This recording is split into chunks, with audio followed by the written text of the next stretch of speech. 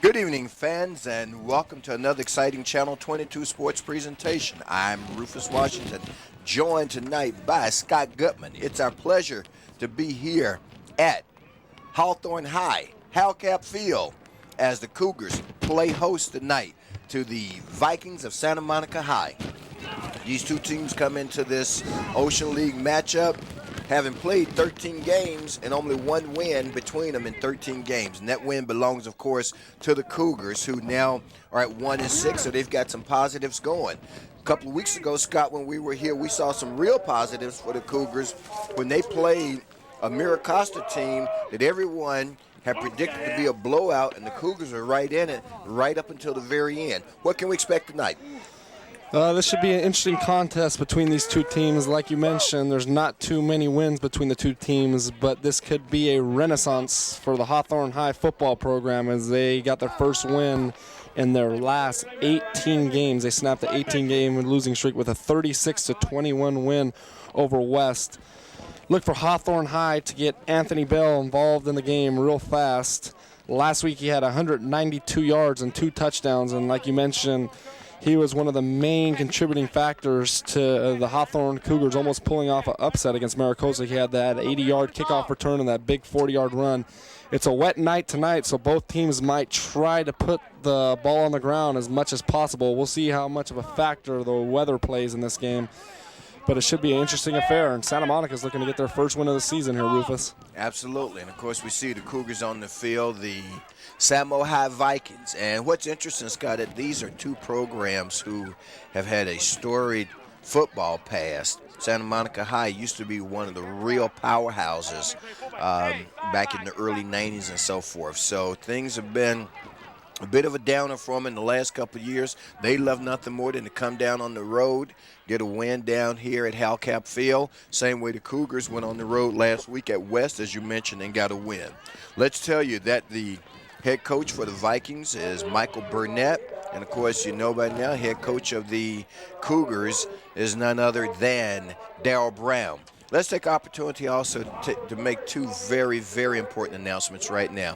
The first of which being that we are indeed proud and pleased that the Hawthorne City Council, the Lawndale City Council, I should say, I stand corrected, saw fit to carry on the funding of Lawndale's Community Cable Channel 22, enabling us to bring you this broadcast. A number of folks came out to speak in support of the channel, and of course the council itself in its infinite wisdom recognized the contributions that Lawndale's Community Cable Channel 22 made here in the South Bay, in the Lawndale community and in surrounding cities, and they in fact are funding these broadcasts to continue. So we say thank you to the City Council of Lawndale for that decision.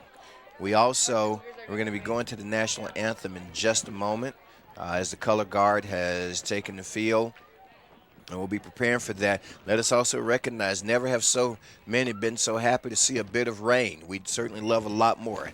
Don't need to tell you, of course, that this area has been devastated over the past week with the firestorms that have been raging throughout Southern California, and this rain is a welcome sight. Let's enjoy the national anthem now.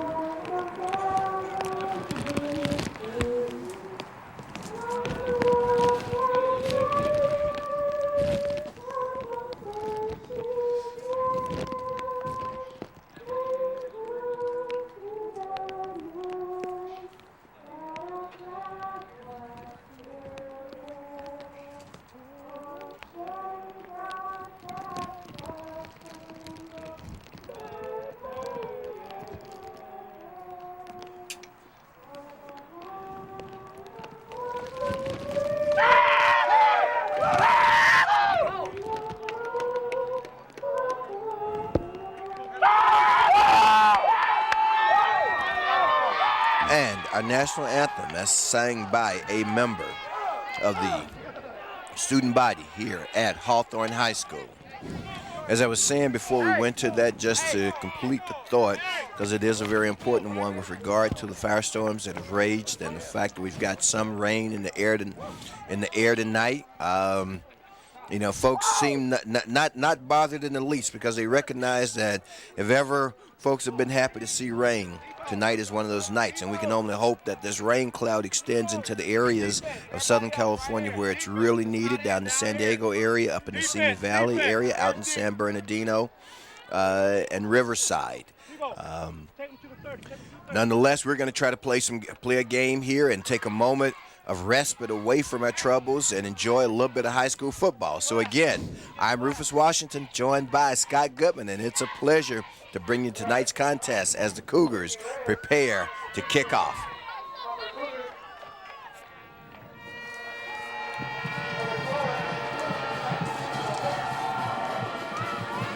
And we have the opening kickoff taken at the 35-yard line by one of the up men. Gets I should have said the 25, brings it out to about the 33. So an 8-yard return for number 8, Lamir McQueen, junior running back, 5'7", 150 pounds.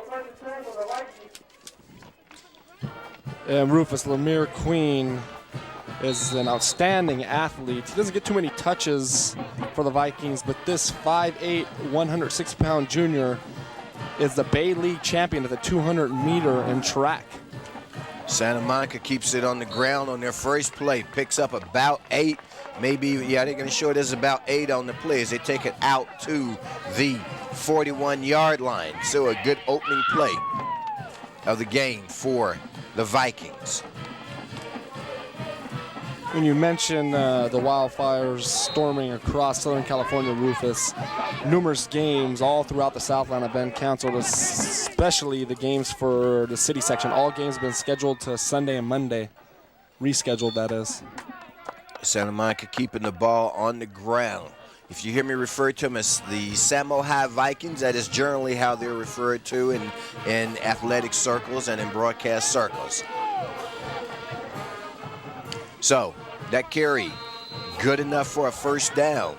Ball spotted now just outside the 45-yard line. Santa Monica in an I formation, a lot of movement on the line. You're going to get a flag here. I thought I saw movement on the Santa Monica side. Let's see if the officials saw it the same way. You got a side judge coming in from the far side to weigh in on this. He threw the flag.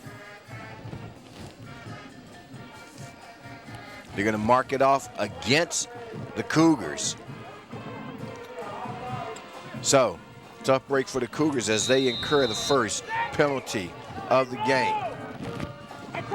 Santa Monica shows their own version, I suppose, of a hurry-up offense. Once again, they keep it on the ground with the carry for the Vikings as number 12, Anthony Simmons.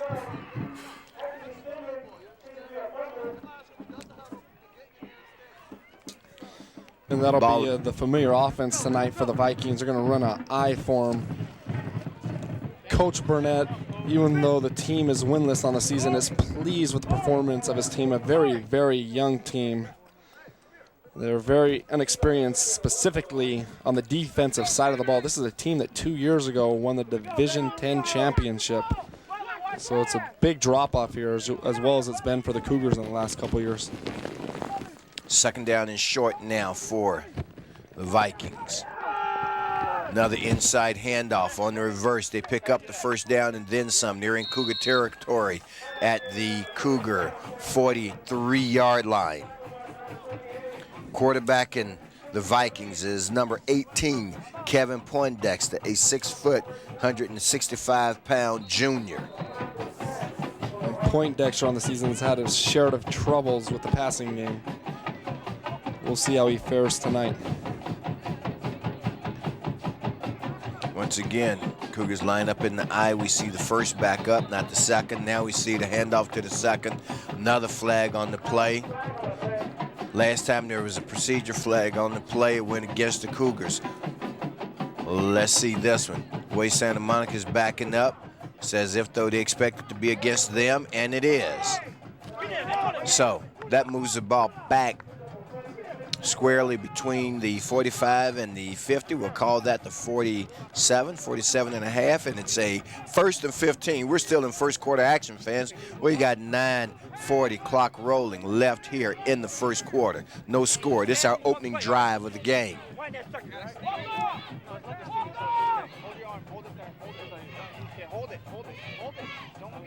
Once again, movement. They send a man in motion. They fake to the motion man, give it to the second back in the eye, and he picks up about 5, gets him back to what was the line of scrimmage before the penalty.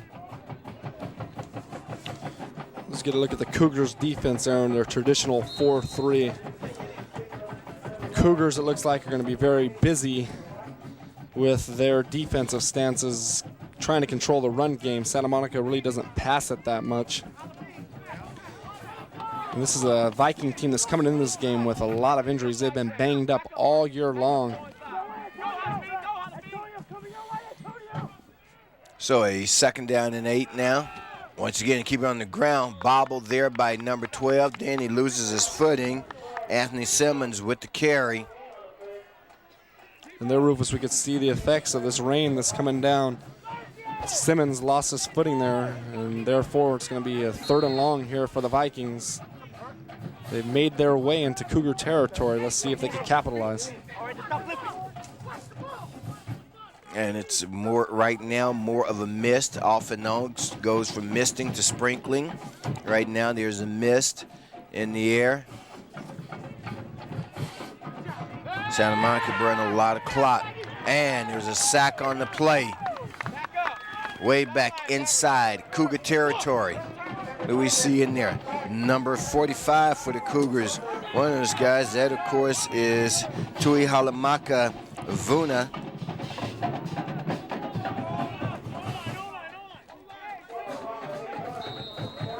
Or the Ocean League standings. Let's see if we'll get to that in just a moment, fans, right after this play. It is a 4th and 18. Here's the kick. Takes a Santa Monica bounce. I think the Cougars, well, they decide to handle the ball. They maintain possessions. I'm not sure that was a wise decision by the Cougar return man who wears uniform number 11, whom we don't have in our program. Yeah, he's not in our roster. Well, here we go. We're going to get our first look here of at the Cougars offense. Let's get a look at the Ocean League standings here. Pretty interesting here. Even though Hawthorne's at a 1-6 record, they sure are still in the heap of things for the race for the Division IV playoffs. We'll get to that in just a sec. Cougars' first offensive play of the game. They keep it on the ground. No surprise there. Pick up about 4 on the carry. It's going to make it a 2nd down and 6. I think they're going to call it. Maybe 7 for the Cougars. We've got 7 minutes clock running left in the first quarter. When you look at the Ocean League standings, one would presume Redondo is the odds-on favorite at 2-0, but the Cougars are in the heap of things. They're tied with North Torrance at 1-1, but they're going to lose in the tiebreakers. North Torrance won the game against them this year. Cougars again keeping it on the ground. That was number 5, Anthony Bell, with the carry for the Cougars. Anthony Bell, one of the Cougar running back workhorses. You'll hear his name called quite a few times tonight, fans. Of course, those of you who follow it know that there's no surprise there in hearing Anthony Bell's name as you once again look at the league standings. As you can see, Santa Monica and West pulling up the rear. Cougars up there in the top third. Top 3 teams, as we know, go to playoffs. So Cougars right now in the hunt. This win or a win tonight would certainly solidify a playoff position. Once again, quarterback keeper by Raheem Stevens, and we saw Stevens perform last week. Cougars will sometimes shuttle the quarterbacks. Raheem Stevens being one of them, and I will get the name of the other young man in just a moment. Taj Johnson, if I'm not mistaken, number 23, right? That is, yeah, correct. Okay. You get a look at that last play. Raheem Stevens did a superb job there with that play-action fake. It kept the Vikings linebackers at home, and therefore he was able to take it to the outside, out of the pocket, and get a big gain there for the Cougars. Cougars up near the 40. Once again, keeping it on the ground is big number 43, Lynn Featherstone. Runs over a couple of guys. Look at this thing there. You see a shot of Featherstone coming off the field. Let us tell you that Featherstone is a sophomore, 6'1", 175-pounder. There you see some of the Cougar faithful who came out tonight, ventured out into a much cooler, slightly wet night. There we go, keeping it on the ground. We got a man running loose, number 45. 45 is finally taken down. That, of course, again, Vuna Tui Halamaka, I should say, what I'm working with. And I apologize, one roster has it last names first and then first name, and the other one has it reversed. So as we look at the Hawthorne roster, let me get that straight. Vuna Tui Halamaka with the carry, number 45. And with that big run there for the Cougars, that brings up what could be a weakness for the Vikings in the defense that they run. They run a 5-2, which puts a lot of men up at the line and is prone to give up big runs, as we just saw there with the Cougars. Talimaka goes in motion. They give it to Bell. Bell trying to turn the corner. Pursuit there by the defense. Finally strings him out, but not until after he crosses the 20. Down near the 15. Looks like they're going to spot him at about the 16-yard line. Bell doing a good job there of getting to the sideline there with an admirable pickup there, and the Cougars are keeping their drive alive here as he picked up the first down. And the Cougars are looking for a little bit of redemption, as last year they were victims to a 28-6 win at Santa Monica College against these Vikings here, but this is a completely different team than last year. This is a Vikings team that made the playoffs last year. Cougar carry again on the ground. That time with the carry, Terrell Kendall. And that's what we're going to have. First and goal for the Cougars. They spot it at the 5-yard line. Clock continues to run. We're at 4:15. Clock running here in the first quarter. There's one thing when these teams play, there's not a lot of passes, so the clock runs. We'll be out of here before not too long. And again, with the keeper on the ground, they don't show that his progress got him in. Looks like the ball crossed the plane, but what they're saying is that a knee went down first. So Stevens with the carry, and now coming in, as you see, taking the field for the first time. Mr. Excitement himself, number 23, Taj Johnson. Stevens is going to line up under quarterback. Johnson is in the backfield along with Bell. Bell is the deep back, Johnson the up back. Stevens keeps it himself, calls his own number, and the indication is touchdown Cougars. Raheem Stevens with the 2-yard touchdown, 1-yard touchdown run, actually. So the Cougars get on the board first here, Scott. 3:26 in the first. They lead by 6-0 with their extra point attempt coming up. Stevens with his second touchdown in as many games. He had a touchdown last week against West High in their lone victory of the year. He gets the Cougars on the board with 3:26 left here in the first quarter. Now the Cougars are lined up for the extra point kick. Kick is up, and it is good. It barely scribbled across. The refs took a long time to decide whether or not it was good, but the extra point is good. So the Cougars break on top first tonight. Yes, they did, and we get a look at that play again. The quarterback sneak.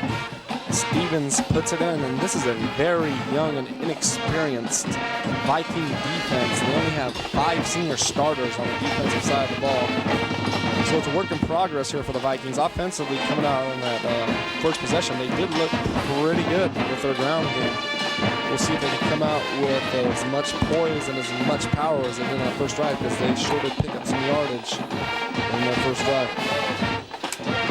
So, the Cougar crowd got a little something to be excited about. The band gets them pumped up a little bit more. And, of course, these broadcasts and these games, Scott, have a lot of components. It's not just the players on the field. It's the fans. It's the student body that comes out to support the team. It's all the parents who come out to support their individual players and everybody else that makes this all happen. And as I said, the band as well, and folks who come out to support the band members. And as I said before, the Cougar Band, for my money, is an outstanding band. I enjoy hearing them play. That they are, Rufus. So here's a kickoff. Another short one taken at about the 20. There's a hole there. The hole finally closes, but not until after the return man gets it out to the 37-yard line, where it'll be 1st and 10 for Santa Monica. The Vikings haven't been too competitive in any games this year. Overall, they have 69 points for and 253 points against. The closest they've came in any games this whole year, I believe, was the 15-19 loss against St. Monica. They're not related by any means, but that was their closest game. They lost 19-15. They haven't been close in any of the games in Bay and Ocean League competition. They lost 28-42 to Beverly Hills, 40-0 against Redondo, and 42-7 last week against Peninsula. Yeah, and they send a man in motion, but they keep it on the ground. And on that carry, good carry. They pick up about 4 yards on the carry, maybe even 5. Let's see how they spot it officially. Santa Monica had a good opening drive. Of course, what hurt them was the sack that took them back into Cougar territory, made it a 4th and 18, forced a punting situation. Cougars took possession and made something out of it. So they have the early lead here in the first quarter. There's a swing pass out in the flat to number 4, and he's going to be taken down by a host of Cougars, but it looks like he may have enough for the first down. On that reception for Samoa High Vikings was Jesse Jackson. So we get our first look there at Kevin Poindexter, the 6', 165 junior. It's his first time putting the ball in there. He didn't look that bad. And his numbers on the year tell a different story, but maybe he's picking up his game here a little bit. He's only a junior, so they'll have him back for next year. It's a very, very young Viking team, like I mentioned before. And we're going to have another motion penalty, illegal procedure penalty against the Cougars.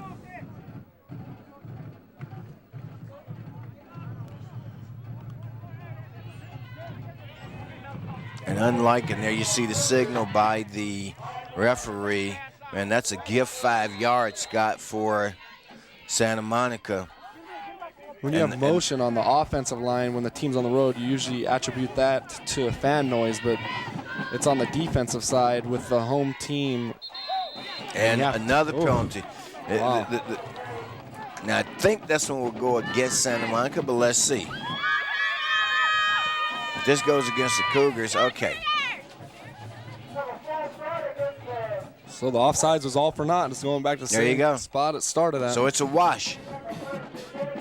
Now it's back to, it was a 1st and 5. Now it goes back to a 1st and 10. Fans, the ball is spotted at the 48-yard line. That's what I'm going to call it.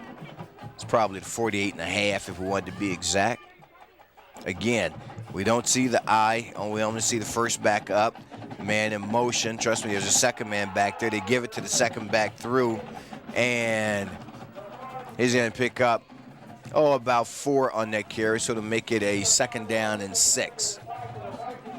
Vikings got a good push off the line there. They're led by offensive lineman Aaron Mason. He's 6'5", 300 pounds, and he's only a junior.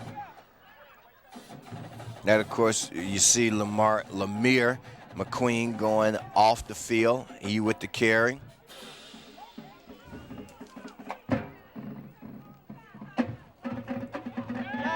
Quarterback drops back to pass. Pass over the middle. Tipped. Reception made nonetheless. Tipped by one of the Cougar defenders. Looks like his intended target, who he connected with, was Eddie Newton. Newton's a junior, 6 foot, 185 pound. Cougars came up nearly with the interception. Of course, it ends up going against them for a big play. That's Poindexter, the center, who drops back, passes right over the middle. And actually, you see that Newton tipped that pass to himself. Mm-hmm. Good heads-up play there for Newton. Look at the Vikings again in the I formation. So it's a 1st and 10. Vikings at the 35. End around play on the reverse. They give it to number 2. There's a flag on the play. Player strung out by the Cougar defense. Bell is in there to help bring him down. That's Bertrand Noyang.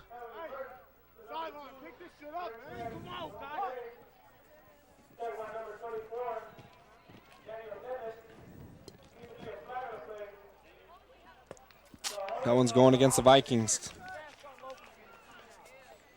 So, indication from the official that it's a holding call against the Vikings.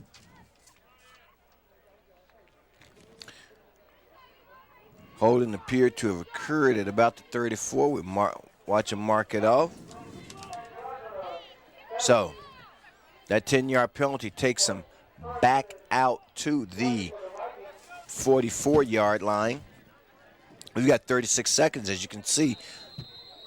Clock will start now. Left here in the first quarter at Hellcat Field with the Cougars holding a 7-0 lead. It's Poindexter, quarterback, as he brings them up to the line.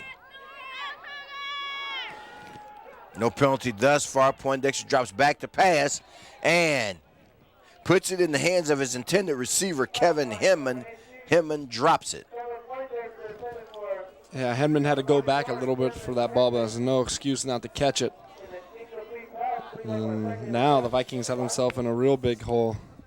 It's going to be 2nd and 20 here. Poindexter does not look that bad at the quarterback position. He has a somewhat quick release and good form on his passes, and maybe just doesn't have as many targets as he'd like to have, as we saw Hedman drop a pass right there.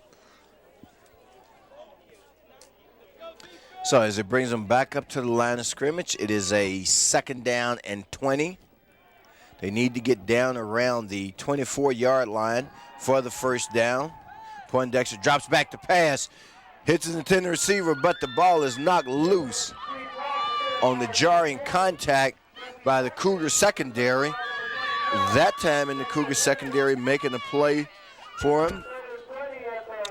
We'd love to tell you who, but we don't have a number there for either. That was 24, Daniel Dennis. You got that right. He was in on that play, and he's done a superb job all year long. He's probably the best DB for the Cougars. He was in on that tackle on that end around. He did a good job of staying at home, but that one went back for the holding and does a good job there in defending the pass by Poindexter. And now the Vikings have a 3rd and 20 here. 3rd and 20. Should be a good opportunity for the Cougars to hold them. Cougars let them make the completion, and they pick up the 1st down. It would appear on the play. That's the kind of break you don't need, Scott. Those are the kinds of things you got to protect against. You got a team at 3rd and 20, especially when they're in your territory. You want to make that stop. Here you see Poindexter's pass over the middle, hits his receiver, Anthony Simmons. Simmons, with good running, losing his feet there because he was down more by stumbling than contact. But it's going to do it for the 1st quarter. That whistle indicates that we're through with quarter number 1 here on Lawndale's Community Cable Channel 22. The Cougars will open the 2nd quarter leading by a margin of 7-0, Scott. But Santa Monica's knocking on the door right now. The Cougar defense is backed up. That they are. Anthony Simmons with a superb catch right there. Number 9 for the Cougars. Could have had a tackle there, saving the Cougars from giving up a 1st down there, but he lost his footing as well as Simmons did. So as we could tell, the terrain here at Hellcat Field isn't the best, and a lot of players are losing their footing, and it's making for a somewhat sloppy game here. This is where you want to get those metal spikes, but from what I told for CIF regulations, they can only be about a 1/2 inch long or no longer than that. I'm not sure on the exact increments for size of the cleats, but it looks like the shoes for both sides aren't doing an admirable job thus far in the game. But it could be so much worse. So I like to say the rain right now holding off some. And let me let the truck know, I'm not sure if they're trying to communicate with us, but we have no audio coming in to our headset from the truck. I can hear you now. All right? So it is a 1st and 10. Ball spotted at the 15-yard line for Santa Monica. Out of the eye, they give it to the second back through. He's stacked up right at the line of scrimmage, maybe gained half a yard. That was Anthony Simmons on the carry there. He is our leading rusher on the year. Seems like the Vikings have a slew of talent on the offensive side of the ball. It's just hard to figure out why they have such a terrible record. They're not... Sorry. Well, we're in second quarter action, fans. Just starting second quarter. Santa Monica down at the Cougar 15. Once again, keeping it on the ground. And Cougars gang tackling. As Santa Monica continues its push toward the end line. They're going to spot it at about the 10, so that's going to make it a 3rd and 5. Once again, of course, Cougars find themselves in this position because last time they first faced the 3rd down, it was 3rd and 20.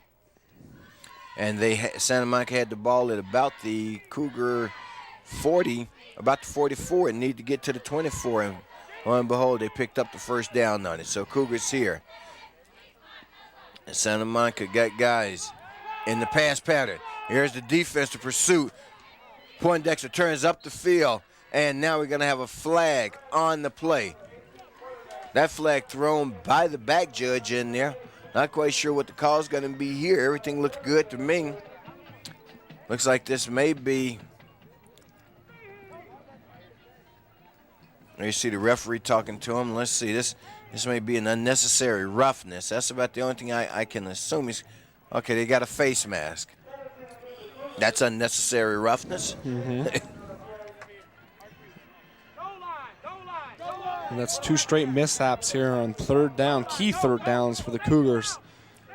It would have been a big hold and would have made Coach Darryl Brown and his staff here if the Cougars could prevent the Vikings from getting the end zone and hold them to a field goal or maybe a missed field goal. Now the Vikings are going to have a 1st and goal from the 1-yard line. That's where they've got it spotted, and now we've got a timeout taken on the field. Cougars take a timeout here with 10:27 left in the first half. They're leading by a margin of 7-0, but the Samuel High Vikings have 1st and goal from the 1-yard line. That they do, Rufus, and both teams are coming out. They're playing good football here on the offensive and defensive side of the ball. It might be a highly contested football game here at Howcat Field on what isn't the best of night to be playing football, but we're at it here on Halloween night, to say the least.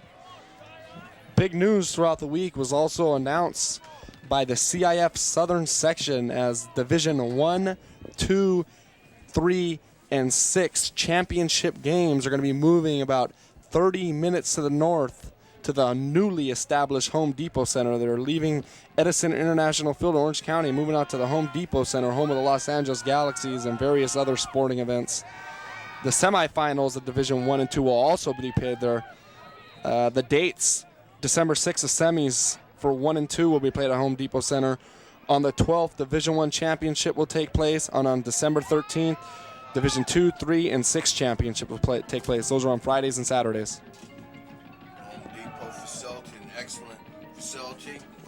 As they keep it on the ground, no indication yet from the officials. Santa Monica thinks they have a touchdown. Sorry about that. Santa Monica thinks they have a touchdown. Referees didn't agree. And in fact, the indication now is that it's going to be a 2nd and 2 feet. It was 2nd and 3 feet. So, considering they've got downs to work with, a foot of down, and they'll be in the end zone. They're knocking right on the door. Cougars here need to come up. Cougar goal line defense being put to the test early. That's Poindexter, the quarterback, under center. Once again, they keep it on the ground inside. Looking for an indication from the officials. No indication. They may even have lost a foot or two on the play. Momentum pushed them back. They're going to spot the ball back up again. That's about as close as you can get to it. There we see some members of the Cougar cheer squad, a quick shot of them. And Rufus, we now have another crucial third down here. Well, this is going to be fourth down territory here, so this third down isn't as crucial as the next down. Of course, you want to hold them here and set up the fourth, but I can just about assure you they're going to go for it no matter what. I'd have to agree with you there. Here's a rollout by Poindexter. Looks like he's going to get in. There's a flag on the play, though. Cougars seem to think it's going to be against Santa Monica, and it is. That's the early indication from the referee, who's clad in the white hat. That's how, if you're a novice to football, you can always tell who the referee is because he's the only member of the striped outfit with the white hat on.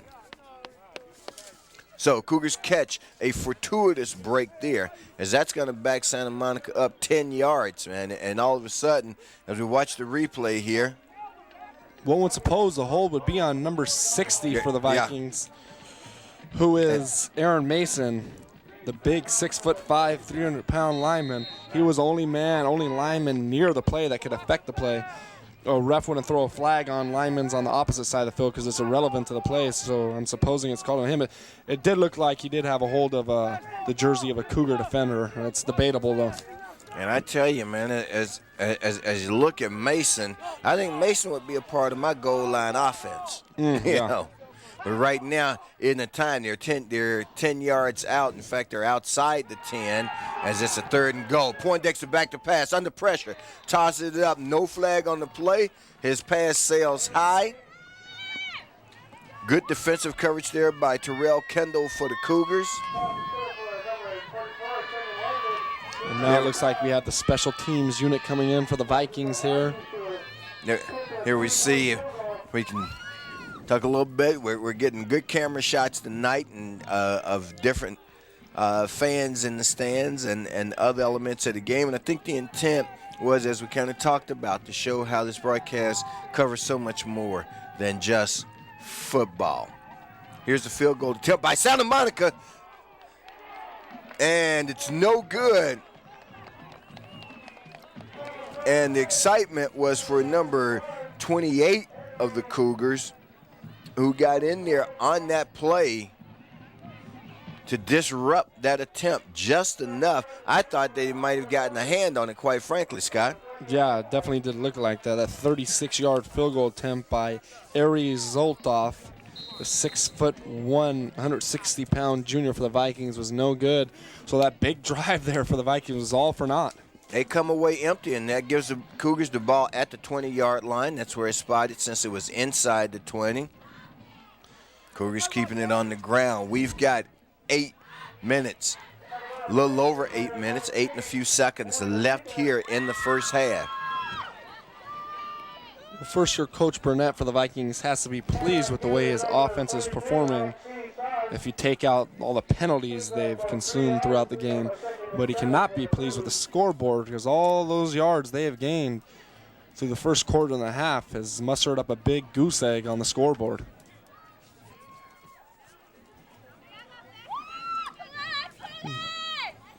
We've lost that camera, but we'll keep it right here. This time again, Cougars keeping it on the ground.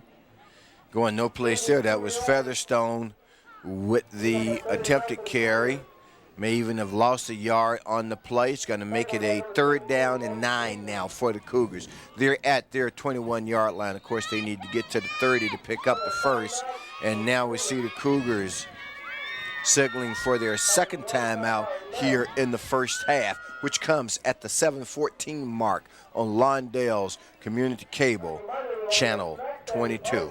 Again, gives me a prime opportunity to once again say thank you to the good people at Lawndale's City Council as we watch a couple of fans there. I'm sure they're out to support one of their favorite Cougar players in addition to the Cougar team as a whole. But as we say, the City Council, thanks to, I'm told, the eloquent presentation by none other than Scott Gutman, along with others, who was very persuasive in his arguments about the benefits and virtues of Channel 22's programming, and particularly sports programming and what it's meant. Scott persuaded him. Scott's pursuing a future in broadcast journalism, but I'm told with the way in which he was so persuasive that being in a courtroom might be better suited to his many talents. Law school consumes too many years. I'll have to take a pass on that. I wouldn't. It's not as action-packed as sports is either. So it's a 3rd down and 9 for the Cougars. They're operating out of the I-9. Stevens drops back to pass. Stevens pulls it down. Stevens still has it. He's not going to pick up the first by a long shot. It's going to be a 4th and long for the Cougars. They'll be forced to punt this time as they're deep in their own territory. So the Santa Monica defense comes up with a 3 and out basically. Cougars pick up one yard on that series of downs. The Vikings defense did a good job there on that sack. There was Travis Freudy, number 71 for the Vikings. And if I was Stevens, he was out of the pocket there. He could have thrown that one out of bounds. That's a high snap. Can he get it down? Gets it down. Pretty decent kick. Takes a Cougar bounce, an excellent Cougar bounce as it bounces to the 32. Now the return is on, and the Cougars force him out of bounds at about the 39-yard line. So a 7-yard return for the Santa Monica special teams. Short kick, but it took a long bounce. And the Cougars will take that every day of the week. That they would. It's not only a good punt for the high school level, it's a fair punt on the college and professional level as well. Now they're at the part of the field that looks the sloppiest of any other section. There's a big mud botch right there going from 35 to 40-yard line. And they keep it on the ground, and they're going to pick up nothing on that play. So it'll be a 2nd down and 10 for the Vikings. Their last possession stalled at the 1-foot line. A holding penalty as Poindexter, their quarterback, was going around left side. Looked like a sure score. Took him back out to the 10. Cougar defense held. The field goal attempt failed. So the Cougars dodged the bullet there. Once again, ball on the ground. This time, good running by the Vikings. That's Kevin Hinman, number 44, 5'11", 205-pound bowling ball. And the linebacking corps for the Cougars doesn't look like they're on their toes. Vikings are getting good blocking up front, but the Cougar linebackers aren't doing a good job of stopping them from getting into the defensive backfield. See if they could step it up a notch here. Vikings in Cougar territory, nose of the football just across the 50-yard line, and this, I believe for sure this time will go against the Vikings. Looks like their center actually lunged forward on the snap, trying to get a little bit extra in terms of positioning himself for the block. And our referee indicates that it is a penalty, illegal procedure against the Vikings. It's got to be Halloween gear. Let's see if we can get a shot at a closer up of that Cougar perhaps a little bit later. That, of course, was Mateo Lasik. There's a pass over the middle. That pass thrown behind the intended receiver, and I say it over the middle. I should have said out toward the left sideline. However, it was thrown short of the intended receiver. So it's going to bring up a 2nd down now and 15.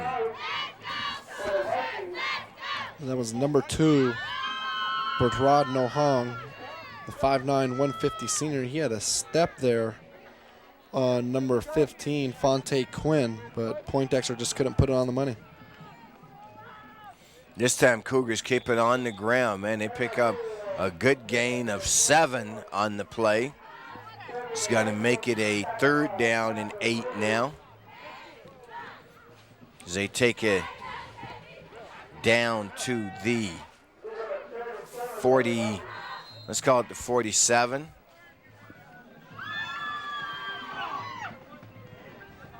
They need to get inside the 40 to about the 39.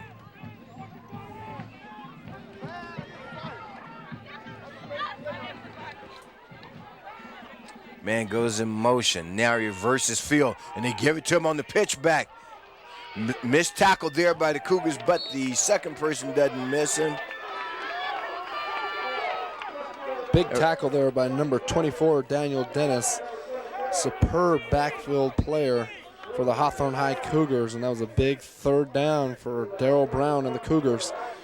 And now this is where the Cougars are deadly. This is another offensive threat for the Cougars, as they have a dangerous kickoff return team and punt return team. Special teams is a strong asset for this Cougar football program. It's a high snap. The kick is away. Cougars looking to get the return on. And here comes the return opportunity. But excellent coverage by the Vikings of Santa Monica, and not much of a return opportunity afforded the Cougar return man. Cougars will take over 1st and 10 at their own 14-yard line with 3:38 left here in the first half on Lawndale's Community Cable Channel 22. Also, should let you know these broadcasts are brought to you by your folks at Lawndale's Community Cable Channel 22 Cable Usage Corporation, Hawthorne's Community Cable Channel 22, and our corporate partner, Time Warner.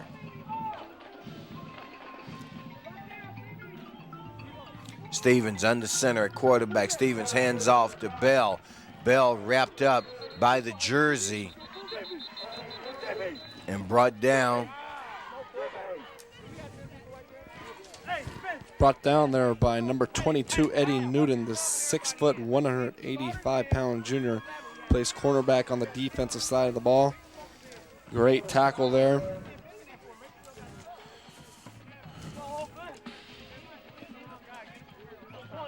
Flag on the play is a procedure penalty against the Cougars.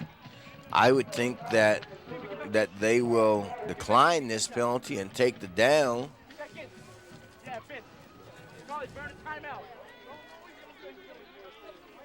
Or take the loss. I think that's what we're going to see, and that's what we do see, the fact that Santa Monica declined it. Now, the Cougars take their third and final timeout of the first half. And Anthony Bell has been somewhat of a non-factor here offensively for the Cougars. He's yet to get something going. Talking to Coach Darryl Brown before the game this week, he stated that Bell is indeed the most improved player on the team, and he has been their #1 offensive threat throughout the duration of the year. Brown and Stevens are probably the two biggest offensive threat. Bell, and Stevens, two biggest offensive threats for the Cougars. Talking to Coach John Featherstone of El Camino College this week, he is definitely giving them some good looks. I don't know whether they're considering attending a local community college. I don't know if they're getting recruited at the D1 level. I've yet to hear anything of that sort, but the program over at El Camino College is very much so a solid one, and they're off to a real good start this year. They should be making a bowl appearance, actually. Well, the El Camino program, as you said, Scott, has been a stepping stone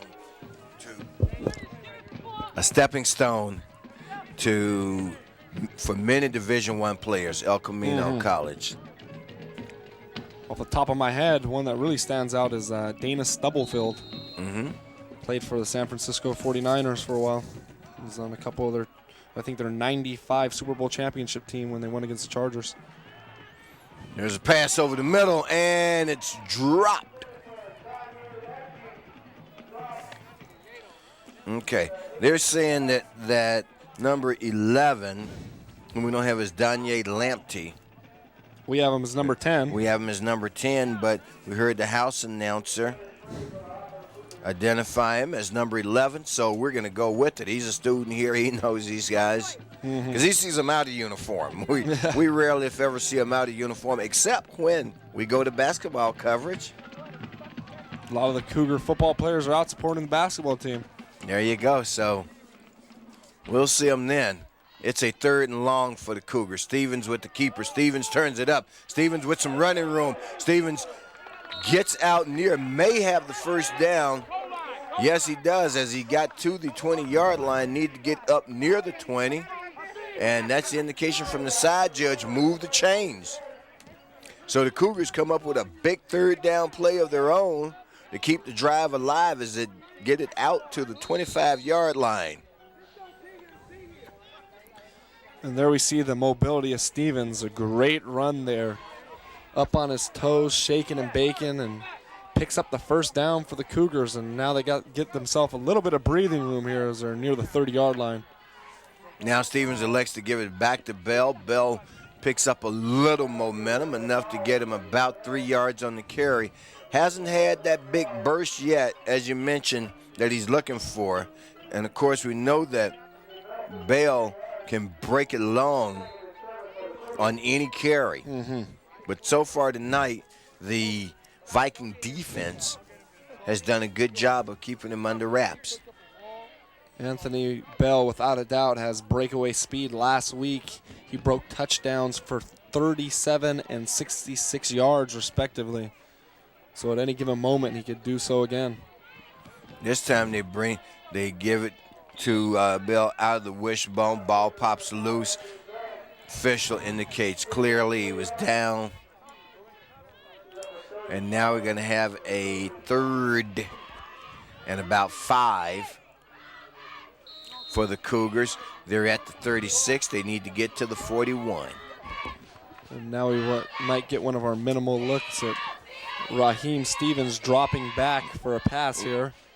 3rd down and 5 could be a passing down here. That's where we are. 3rd down and 5 for the Cougars. 1:42 left in the first half. Clock running.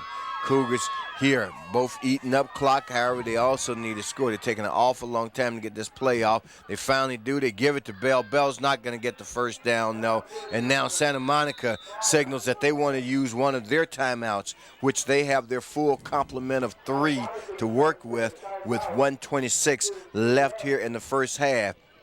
Cougars will almost assuredly, I would think, Scott, be forced to punt here. Oh, without a doubt. I mean, they're still in their own territory with 1:26 left in the half and only a 7-point lead. At this point, you want to play the field position game and get the Vikings back in as deep of territory as possible because they've had a pretty easy time moving the football throughout this whole game. I mean, I don't think the Cougars have had a stand where they held the Vikings to a 3-and-out. Vikings have picked up a first down on every single possession they've had on this game, at least one first down. No, but the Cougars are opting to go for it. This is a shot. Well, the Cougars may try to draw them off sides here. Well, no, they put the ball in play. Very surprising there. They pick up the first down with Bell on the carry. So, as they say, no guts, no glory. That's true, Rufus, and a gutsy play call there by Darryl Brown and his staff. It picks up the first down, but now you got to start looking at the clock. The Cougars with no timeouts and only 1:20 on the clock, and they have over 60 yards to go to get to pay dirt. So the Cougars keep their drive alive. Santa Monica called the timeout, thought they could make the play. I think they, like us, probably assumed that the Cougars were going to run it. I mean, not run it, but kick it away, I should say. They didn't. Cougars now. I formation, the backs now split. They give it off on the ground to Vuna Tuihalamaka. And that's true, Rufus. The Vikings did indeed think that the Cougars were going to punt that ball away. They had some of their special teams unit on the field, and I think a couple of them got stuck on the field and had to play defense for a down. Maybe that contributed to the Cougars picking up the first down there. Cougars don't have any timeouts as the clock continues to run. I mean, if they're intending to be a scoring threat on this drive, they're going to have to move a little more quickly. My assumption, the pace at which they're moving, is that they're not as concerned about scoring as they are running the clock out. Stevens drops back to pass. Stevens goes deep, turns his receiver around, left, right, then back to the left, hits him in the hands, but they don't come away with the reception. And it was a superb pass there by Stevens, just inches away from a big pickup there. His number 28 was wide open downfield there for a second. Stevens didn't get it to him on time, so he turned his route and ran upfield. And Stevens found him then, but it was just a little bit too long. Well, it was a little late, but he kept, and I'm not sure whether it was the skill of the receiver, number 28, or whether it was something where he thought the pass was going to be, but he looked over both shoulders for it, then went back to the other shoulder before he finally got a bead on the ball. And, of course, by then, I think that affected his ability to catch it. We've got 15 seconds left. Stevens dropping back the pass again. Stevens going over the middle. Ooh. And this pass incomplete. That pass intended for Bell as well. And we almost got a chance to see Anthony Bell with his breakout speed there as he came out of the backfield in motion. Stevens drops back, and we get a look at this. A perfect spiral on the play, right to the chest of Stevens, and he just couldn't handle the ball. Boy, oh boy. And if he would have caught that one, there was no defenders in the backfield for the Vikings, and that more than likely would have went for 6. So now it's another 4th and long. Cougars show that they're going to punt this time, and they do get it away. It's going to be a rather short kick as it sails out of bounds at the Cougar 46-yard line. The line of scrimmage on that kick was the 40, so that was a 14-yard punt. The play calling there just baffles me. With 8 seconds left on the clock, they already went for it once. And why not they could take another strike deep, huh? Yeah, another strike deep. I mean, they've had good looks on the previous 2 plays. Why punt it and give the ball back to the Vikings? You could waste that 8 seconds dropping back for a deep pass, but they opted not to. Well, the Vikings with 3 seconds on the clock. You can assume they'll be looking deep because you've got to play them honest both ways. You don't want them to break off a long run and get into your backfield where anything can happen.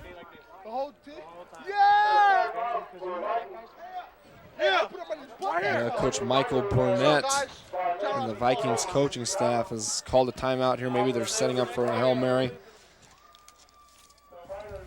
Only 3 seconds away already from halftime, Rufus, on this. We sure are. Drizzly Halloween night here in Southern California. And there you saw a shot of Lisa Kay on your screen, getting into the Halloween spirit.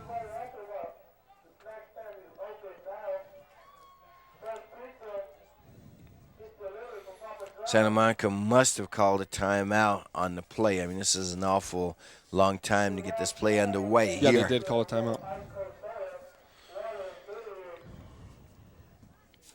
And on this Halloween night, there's numerous intriguing games throughout the South Bay taking place tonight, ranging from the Marine League, the Ocean League, to the Bay League. Maybe later on tonight, if we have some time, we'll be able to get to those games.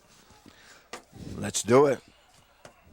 So, what should be a final play of the first half, unless there's a defensive penalty, which would sure look like there was one. Ooh. Not one, but the Cougar defense drive. Now we got a play, totally unnecessary refs, a foolish play by the Cougar sidelines there. We saw it. Officials saw the same thing that we saw, and we were watching it on our monitor. I think the Cougars are leaving the field. They need to stay right here because this penalty is going to go against them, and Santa Monica will get another play.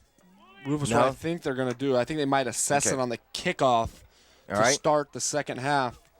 Okay, we're going to go to a quick break here, but the indication is that the penalty will be imposed to start the second half against the Cougars. Let's take a break on Lawndale's Community Cable Channel 22 as we approach halftime with the Cougars lead by a score of 7-0 over the Santa Monica High Vikings.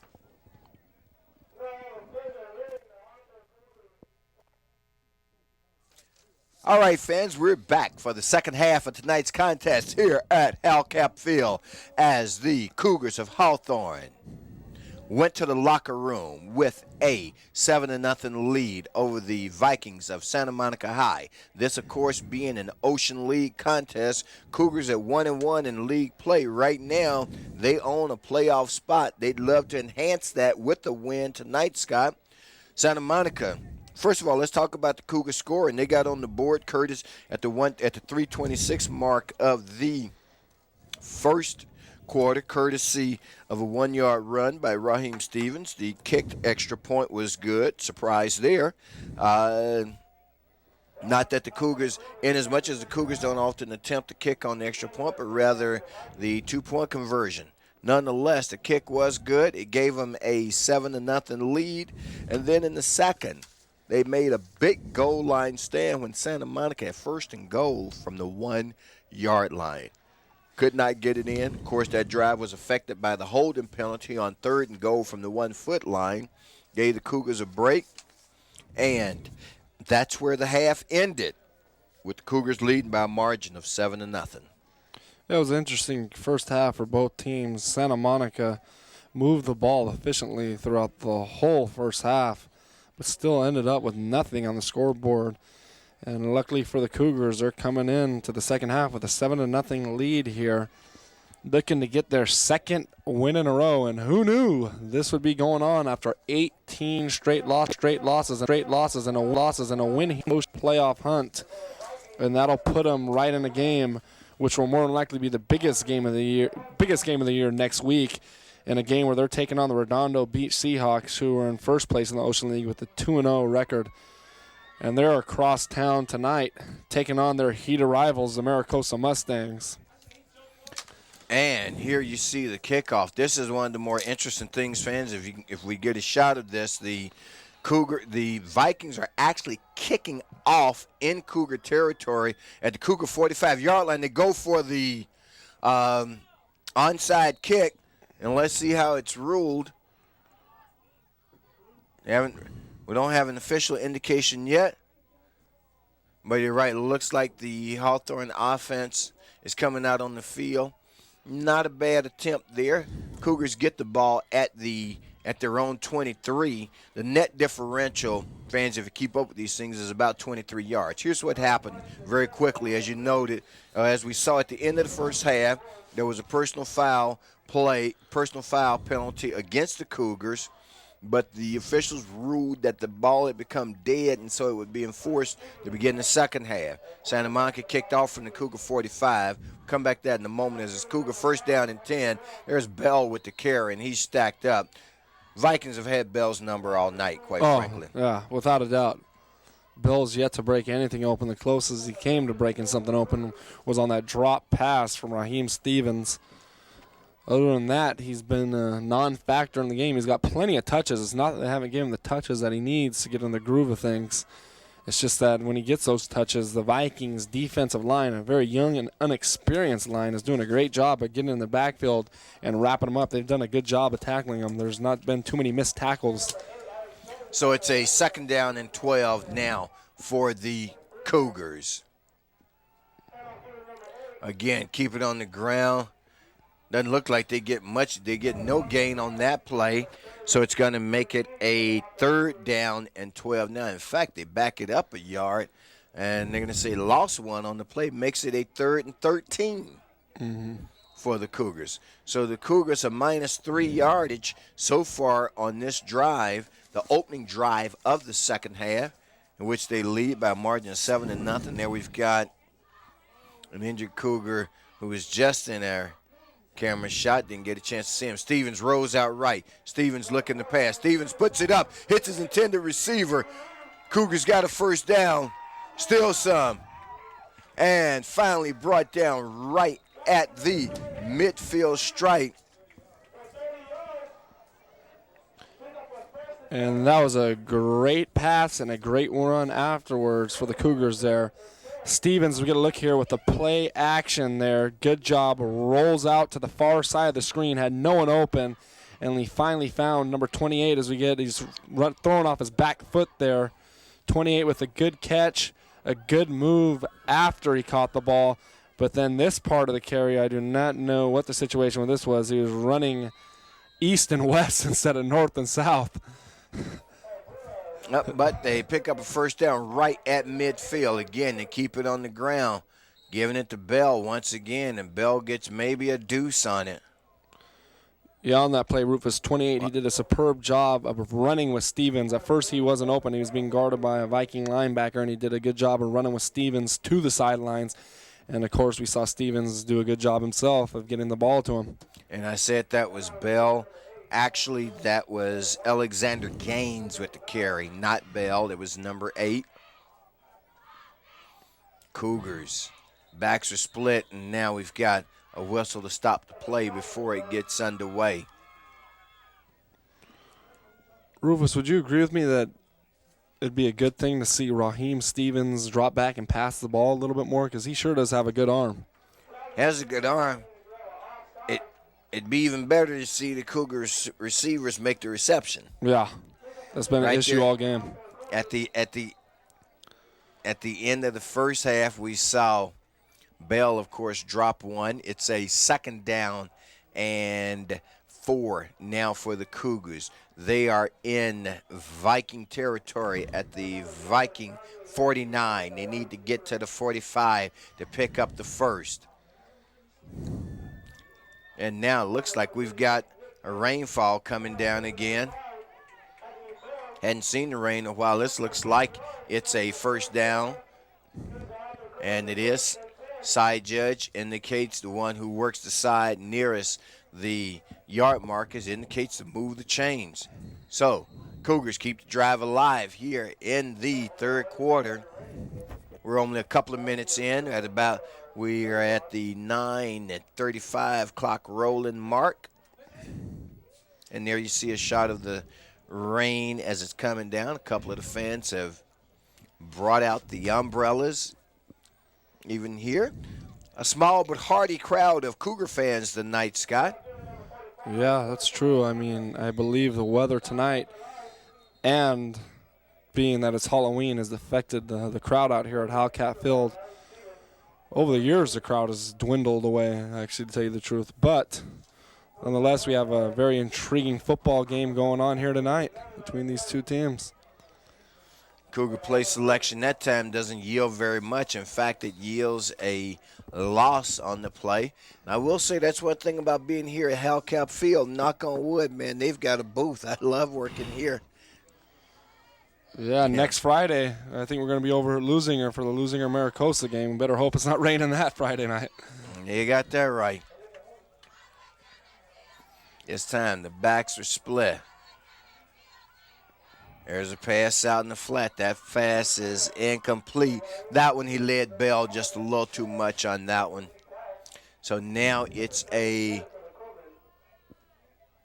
3rd. Is that the indication? Indication from the side mark is that it's a 3rd and 11 for the Cougars. And now we see that's Dante Bullard, senior 5'11", 175-pound linebacker, who's in some measure of pain over on the Cougar sideline, being attended to by members of the Cougar training staff. Stevens is going to be pulled down way short of the first down. It's going to be a 4th and approximately 10. Yeah, it will be. They give him maybe a yard on. That's going to make it 4th and 10 for the Cougars. Ball spotted at the Santa Monica 44-yard line. That was David Kim in on the sack there for the Vikings, the 6'1", 185 junior. Stevens did a good job of avoiding the cornerback blitz. But right Low after that, snap Kim hits got the ground, but kick gotten away. Fair catch being signaled for. So, an excellent kick there by the Cougars special team. Get that ball away. And as I said, the rain's starting to come down a little bit. This is as heavy as we've seen it fall tonight, Scott. As I said, it was off and on. It went from mist to sprinkling. And just a little bit short of a shower right now. But we see the Hardy Cougar cheer squad, and we'll talk about the action. You haven't seen Poindexter. It's our first look at Poindexter here in the second half, and he's wrapped up by the Cougar defense at the 15-yard line. Very short gain on the play, if any. And Rufus, on that tackle there was a slew of Hawthorne Cougar defenders. I don't think I've seen that many defenders around a quarterback in a long time. I could have counted about 6 or 7 Cougar defenders surrounding Poindexter there. I don't know why he didn't throw that ball away. He sat there and took the sack. Now the Vikings are looking at a 2nd and long here. And a nice fake there. Ball still live. I think they had, well, Eric wasn't the only guy that got faked out. This reporter has to confess to his own being faked out. I will say I was calling it from the monitor rather than with my eyes. So Eric, you owe me some. You owe me some on that one. Next time I'll just work with my eyes. There's Eric. Eric Chavez, crack cameraman.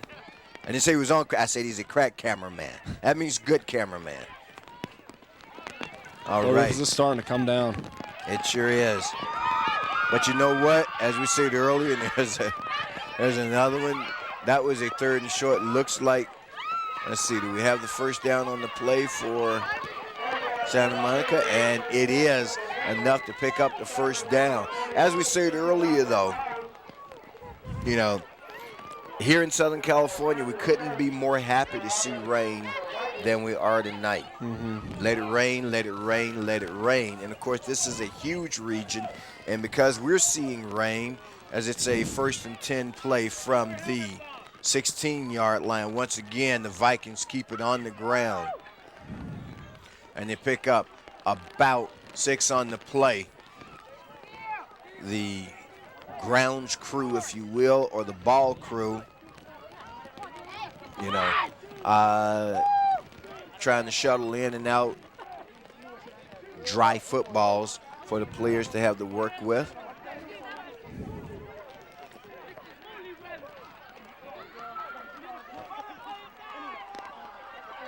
So it's a 2nd down and 5 now. Poindexter under center, takes the snap, hands it off. Another big gain for the Vikings as they get it now out near the 40. They're going to call it the 39 officially. And Rufus, this drive here by the Vikings is beginning to look like a mirror image of the previous drives they had in the first half. As they begin to nip away at yardage and move the ball slowly but surely. And next thing you know, they're going to be deep in Cougar territory. They're making their way there as they're at their own 40 now. At their own 40. They bring a man in motion. Again, an inside handoff. They run a couple of fakes on their running game. Cougars, I think, have just about figured it out. Short gain on the play there. That short gain is going to make it, we'll call it a 2nd down and 8. With a flag on the play, and it's going to be a holding against the Vikings here. This will be another costly penalty for the Vikings, and Coach Burnett cannot be pleased with these mishaps that the Vikings have had. Dating back to the first couple minutes in their first possession, I mean, I think they're probably nearing a total of 100 yards in penalties this game. Scoreboard's calling it a 2nd down and 20. I think more appropriately, it's a 2nd and 19. But I would get 20 just to be on the safe side.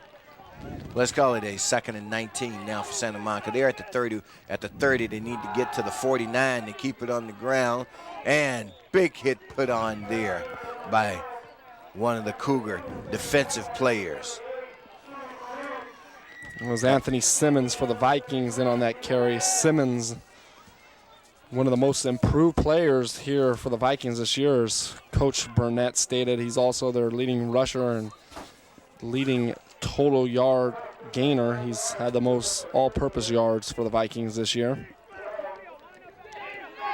So it is now a 2nd down and 11 for Santa Monica. They need to get up near midfield once again to keep it on the ground. Cougars gang tackling. Gain of maybe 1 on that play. So we're just going to have another crucial third down here. We've seen all sort of happenings on third downs this game. We've seen holding penalties, we've seen big gains, and we've seen big stops. So we'll see how this third down plays out as we're nearing already the end of the third quarter. We're under 4 minutes to go. Very low-scoring affair. This is an aberration of sort in comparison to the other games that the Cougars have been in this year. Usually the Cougars are involved in high-scoring affairs. Poindexter drops back to pass. Poindexter under pressure. Poindexter taken down by the Cougar defense. Big sack there by number 43, Lynn Featherstone, the sophomore. 6'1", 175. Did a superb job of getting past the interior line. You see him on the linebacker blitz there. No one picked him up. Wrapped Poindexter around the waist and brought him down with ease. And now that's putting the Vikings in a very, very deep hole here. I'd put my money on it. They're going to be punting here, Rufus. And looks like that's Danye Lamptey back to receive for the Cougars. The punt, the snap, mishandled. Cougars have it. Ball is down. Let's see. They're going for a touchdown. The indication is that it is a touchdown. On that touchdown for the Cougars. Guy who we haven't had in our program all night. We're going to see. Scott, I'm going to go next door. Okay. See if we can get who that is while you describe to the action fans. There you see it was a bad snap. Of course, it's a wet football. That makes it a free football. The tackle made.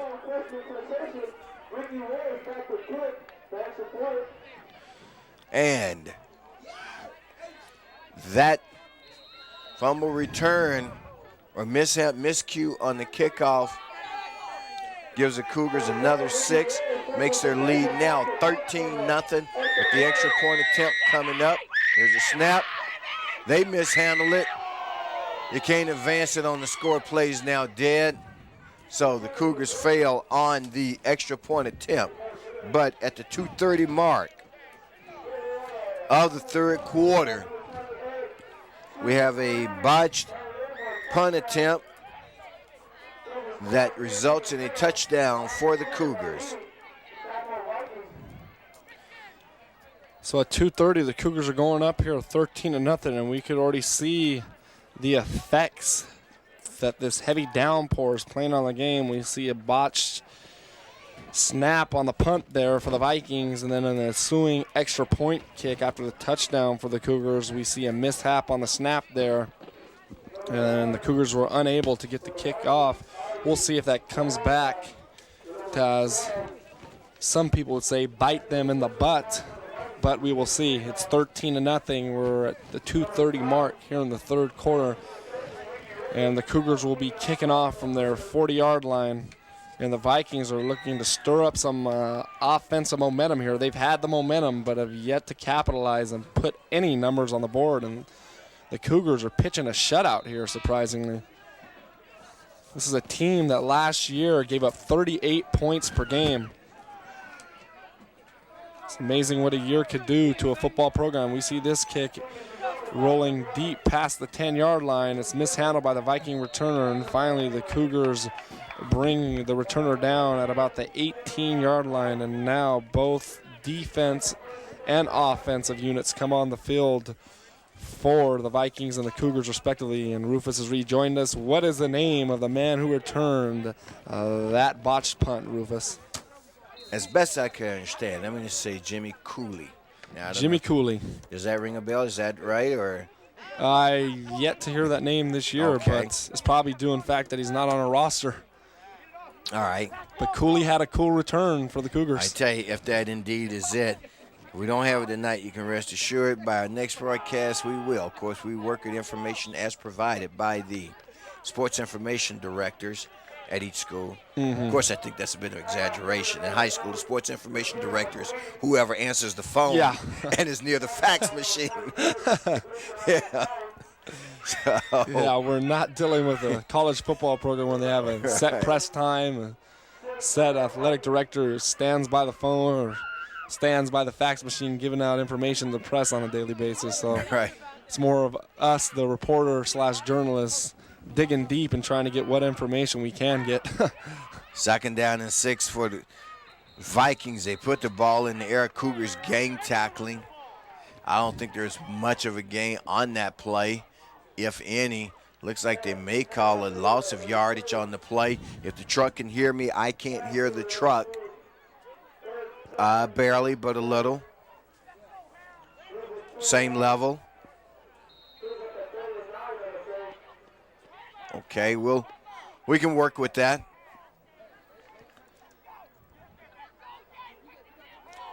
We continue. So they're calling it a 3rd and 9 now for the Vikings. They're down at the 20-yard line. Poindexter drops back to pass. Hit as he lets it go. Well, there was a big hit on that play, Rufus. Number 45, Vuna Tua Lamaka, the junior, the 6'2", 210-pound linebacker. As we get a look here, coming in from the far side of the screen, put a lick there on Poindexter, and Poindexter threw the ball away just in the nick of time. And let me bring up something. This Viking offensive line is having a tough time picking up these linebacker blitzes for the Cougars. They've gotten through that interior of the line on numerous occasions, and it's affected the play of the Vikings offense. There's the punt. They get it away. It hits at the 46. The return is on. Breaks a couple of tackles. Now got an angle and some running room. You can get by this person. He's going to go all the way. This is Danye Lamptey. And that's a touchdown for the Cougars. The touchdown will count. The celebration will be called excessive. The penalty will be assessed on the kickoff, I do believe. But Lamptey took that. It appeared, and I don't know if we have a replay on it, that it bounced at about the 40, I'm going to say about the 47, and Lamptey took it inside the 40. If you get a look at this replay here, Rufus, he takes that off a bounce. Lampley picks it up, and we're going to see almost a near slip there due to the fact that the grass is real moist. Takes it straight up the gut, breaks a tackle, and after this broken tackle, it's just him and the kicker was unable to bring him down, so he broke 2 tackles, and after that, it was nothing but pay dirt in front of him. We see him there go to the 20, the 15, the 10, the 5, and this excessive leap in the end zone, which was very unnecessary. A lack of discipline there for Lampley is going to affect the Cougars here on the ensuing extra point attempt. Well, this is interesting. I think we got to see. I'm not quite sure what we're seeing. There are no points We have a yet. holding call. The head referee there just signaled a holding call against the Cougars. I don't know where it came in on that play. I did not get to see one on the replay, but it is a holding call, and this is all for naught. That is very disappointing. All for naught. Well, if we have time, if we have a chance to look at that again, we'll see if we can spot the holding. I'm not sure if we have that replay queued up, but what looked like a huge 65-yard touchdown run for the Cougars. Okay, here we're going to see. This is the punt. You see it, Lamptey taking it there. Is that it? Not there. Okay. My they're only saying guess. it happened somewhere up before that piece of the action, which we didn't see. Everything looked good from our vantage point. So it's a 1st and 10 now for the Cougars from the 35-yard line. Keeping it on the ground with the fullback. They take it out about 3 yards to the 38-yard line, where it'll be a 2nd down and 8 now for the Cougars. 2nd down and 8. Ball spotted at the 38. Rufus, that was definitely a momentum killer there for the Cougars. We brought it up before the game and throughout the duration of the game that this Cougar special teams unit, specifically on the punt returns, can break one away at any given moment. And they did so there, but the holding call there, which could be a ghost holding call. Yeah, if you will. I mean, in the replay, it was certainly difficult to see. And the indication by the officiating crew is it occurred somewhere up near the 50. And as we watched it, we didn't see it. But We've got 3 quarters in the books. And after 3, on Lawndale's Community Cable Channel 22, the Cougars of Hawthorne lead the Santa Monica High Vikings by a score of 13-0. And with this 13-0 lead in the fourth quarter, Rufus, this is definitely a secure blanket for the Cougars. We get a look here at Hal Cap Field. The way the time is ticking away on the clock here as the Vikings tend to run the ball, as do the Cougars. These last 12 minutes could go away in no time, and next thing you know, it could end up being this 13-0 score when no time is left on the clock. We'll see, though. There's still 12 minutes to play, and 2 scores could happen in a matter of no time. That cloud burst just passed, so we're back to no precipitation right now. This is Bell with the carry. Bell turns the corner. Bell has some running room. Bell brought down, but not until he gets into Viking territory, up near the Viking 45-yard line. Bell there with an 18-yard run. That's his biggest run of the game so far. And Coach Brown and the Cougar coaching staff has to be pleased with that, as they've been giving him looks all game long. And he finally breaks out with a big one there as we get a look at theirs. On his toes, great footwork.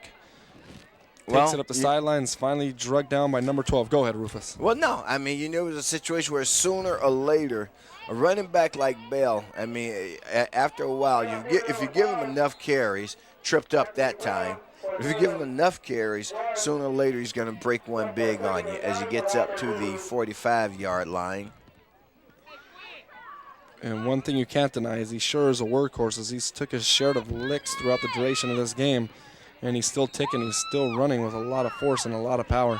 Now, I don't know if it's my vision and I realize I'm a little bit older than you, Scott, but it sure seems like that the marker between the 50 and the 45 is a lot wider than between the 45 and the 40. I'd agree with you there. Probably by about a yard. Right.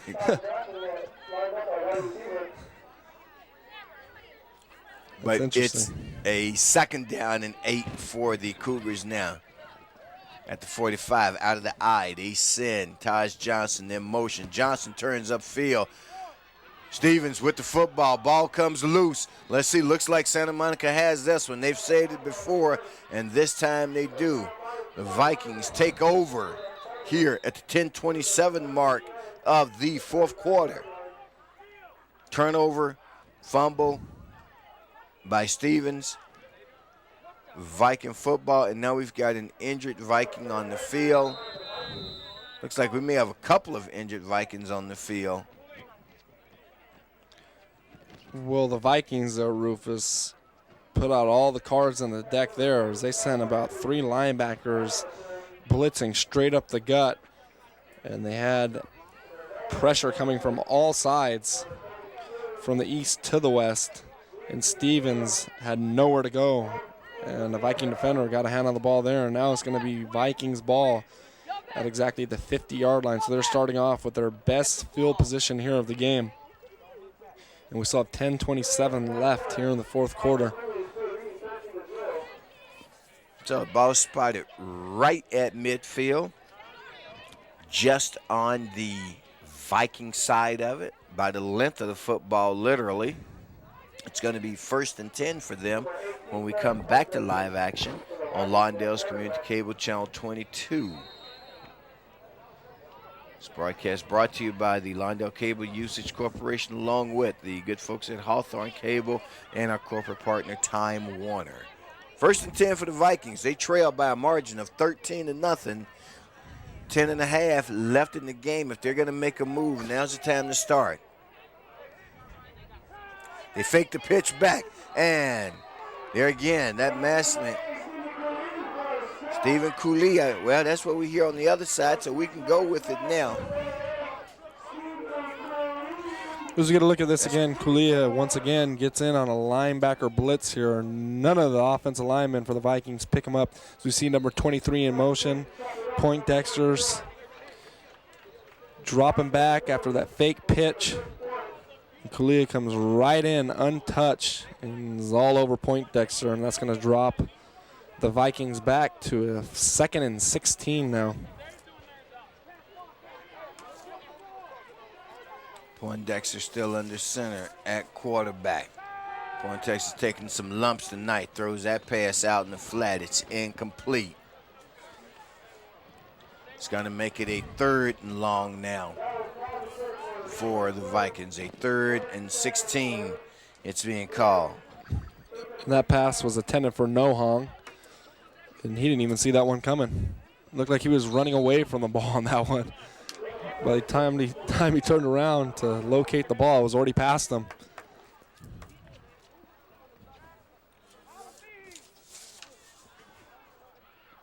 Cougar player Dante Bullard, senior 5'11", 175, being taken from the field by ambulance. That pass incomplete. Did see Bullard. I mean, the positive sign there, and we report on it all. And there you see the ambulance and Bullard being loaded into it. He walked off the field under his own steam, but he was attended to for quite a long time there on the sideline. And I think that the decision was obviously made in the best interest of the athlete in person to get him some professional medical attention. And that's where they're taking him. And this could be a deadly situation here for the Vikings. It looks like they're going to drop back to punt the ball. And if I was Coach Burnett and the special teams coach for the Vikings, I'd more than likely kick this towards the sidelines. We'll see what they do here. Line of scrimmage is the 40. They set up at the 38.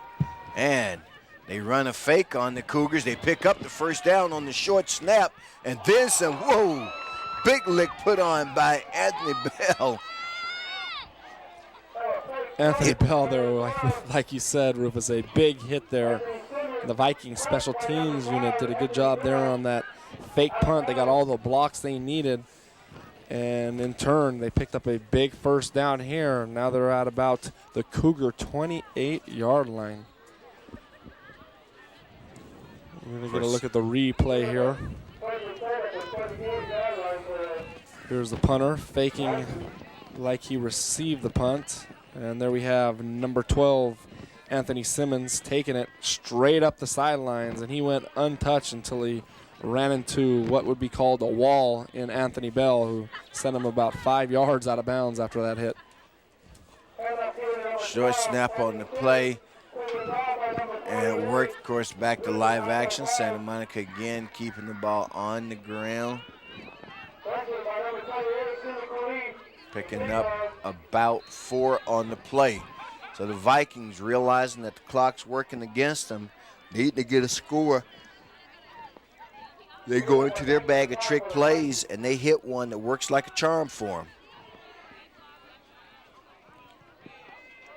So from the 24, it is 1st and 10. Once again, ball on the ground. This time, very short gain on the play. Maybe a gain of 2. It's going to make it a 3rd. About 3. The yard markers, I think, are moving. Okay. They show 3rd and 3. We'll go with that. 3rd down, 3 yards to go. Ball's at about the 21. They need to get to the 18 to pick up the first. This time they move the backs. This will be interesting to see. If it's against the Cougars, it will result in a first down. It's been a while since we've seen a Cougar football team get this many procedure penalties or offside penalties against them in one contest. Boy, there's going to be a lot of Corax and Tide being used tomorrow morning by the mothers of these players, as these jerseys have went from white to brown, and the Cougars jerseys have gone from burgundy to almost brown. They've gone from burgundy to dirty. Yeah. And, well, we should say burgundy to muddy. And they're all, in fact, a bit muddy right now. Now we've got a call being made by Our official, no, he indicates let's run the clock and keep it moving.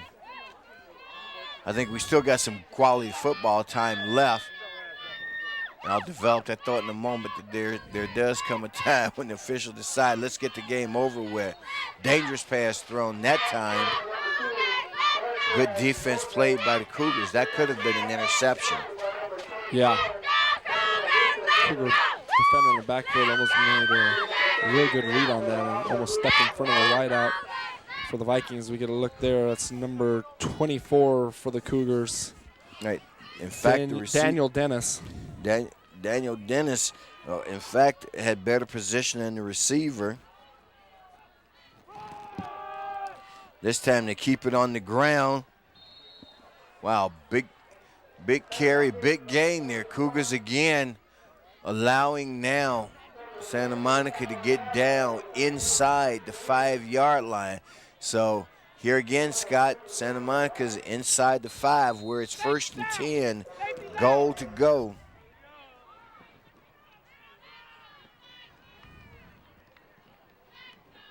So in the last goal line stance for the Cougars, their defense stepped it up a couple notches and prevented the Vikings from getting the ball in the end zone. We'll see what they do here. And the indication, touchdown, Santa Monica. So that time, Santa Monica scores, makes it a much closer contest at 13-6 with their extra point attempt coming up. We've still got lots of time left in this game, Scott. Yeah, that was a lackluster effort there for the Cougars defense on that defensive stand there is Lemire McQueen. That extra point attempt is blocked. So the Cougars hold on to now a 7-point lead, I should say. But Santa Monica's back in it, and we've got 7:17 left. Lamar McQueen with the touchdown for the Vikings. So McQueen, he took it in there with ease, untouched. The 5'7", 150-pound junior for the Vikings. This man is a 200-meter champion in the Bay League. One would wonder why he hasn't got as many touches as, say, a Anthony Bell or Anthony Simmons for the Vikings. I mean, he doesn't get too many looks. Maybe it's because of his size. He's only 5'7", 150, like I said. Maybe after next year, he'll put on a couple pounds and be able to take the workload that someone like Simmons has been taking on for the Vikings this game. So, as we prepare for the kickoff, Cougars are set up, preparing for the onside kick. They make the reception. Up there with the sure hands was number 43 for the Cougars. That was Lynn Featherstone. Not sure if I'm Santa Monica, I'd necessarily try the onside kick in this position. I think you kick away, pin them deep in their own territory, make them make some plays. I'd agree with you there, Rufus. The only guess I would take is that Coach Barnett and his staff would think, oh, the ground's wet, the ball's wet. Maybe the special teams unit for the Cougars would have a tough time handling the onside kick. But as we saw there, Featherstone did a good job of handling that with ease. And now Featherstone with the carry. Featherstone with a first down and then some as he gets down to about the 38-yard line of Santa Monica. So we've seen Featherstone do it on all sides of the ball. We've seen him contribute on the special teams on offense, and we've seen him with some big sacks here tonight on defense. We get a look at him. Follows his lead blockers there, takes it straight up the far side of the screen, and is finally brought down and tripped up there by number 33 for the Santa Monica Vikings, Kevin Morales. Indeed he does, and what we're seeing now is there's a little bit of a mix-up in the Cougar backfield as Stevens and one of his running backs bounce off of each other like ping pong balls, or I should say pinballs. Ball's down at inside the 35-yard line of Santa Monica. It is a second down. The distance is, about 6, let's call it. Second down and 6.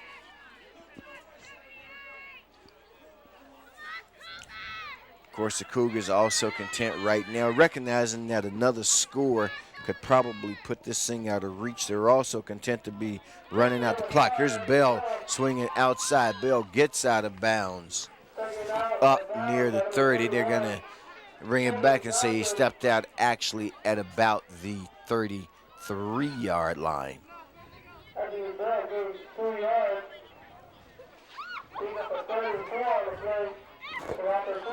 Well, it might be too early to say this, but you don't want to see your halfback run out of bounds with a 7-point lead under 6 minutes to go, as they were eating away at chunks of the clock there. Exactly. So, third down and 4 now for the Cougars is what they show out of the wishbone. They give it to Bell. Bell turns sideways. Is Bell going to get the necessary yardage? He's going to be awfully close. I suspect that if he doesn't have it, the Cougars are going to go for it anyway. So, but it looks like, and the indication is that he does have it. They move the chains, and more importantly, that first down not only gives them a fresh set of downs, but it'll allow them to work at least a minute or so off the clock. Mm-hmm. Bell was initially hit a couple yards short of the first down there, but he did a superb job of maintaining his balance, and therefore he picked up a crucial first down here for the Cougars, and now the time is taken away. We're under the 6-minute mark here in the fourth quarter, and the Cougars have a 7-point lead. They're really working Bell now as they give it to him again.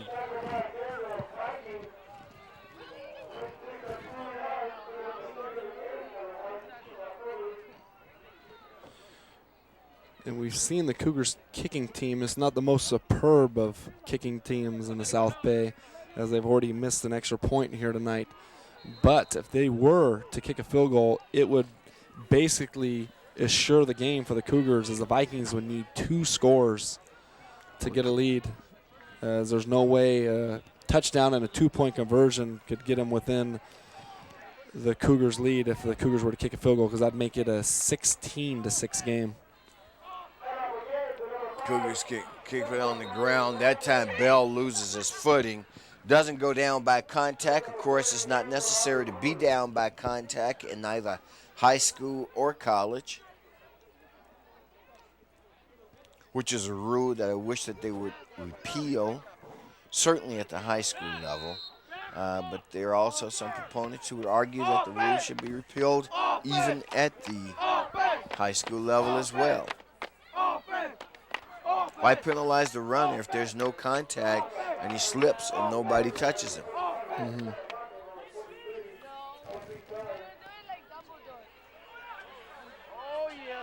And this should be a touchdown. That's a touchdown to Cooley. Flag on the play, however. Let's see, that was a 25-yard touchdown pass. Let's see if it stands up. Holding against the Cougars, it's going to come back. I think that's the second Cougar touchdown of the night that's been called back. That it is. Maybe it's a curse of Halloween here in the second half. You could look at Stevens with a well-executed pass there, and Cooley was wide open. The Vikings linebackers did a terrible job of picking him up. I think he came out of the tight end position, and no one picked him up, and he was wide open. No one was within 10 yards of him. But nevertheless, this one's coming back because of the holding penalty that's going against the Cougars, and that more than likely put them over the 100-yard mark penalty-wise. It's been a penalty-plagued game for both teams ever since the first couple minutes of the first quarter. It certainly has, and the Cougars have lost 2 scores because of penalties. Stevens drops back to pass, has some running room, makes the decision to run with it.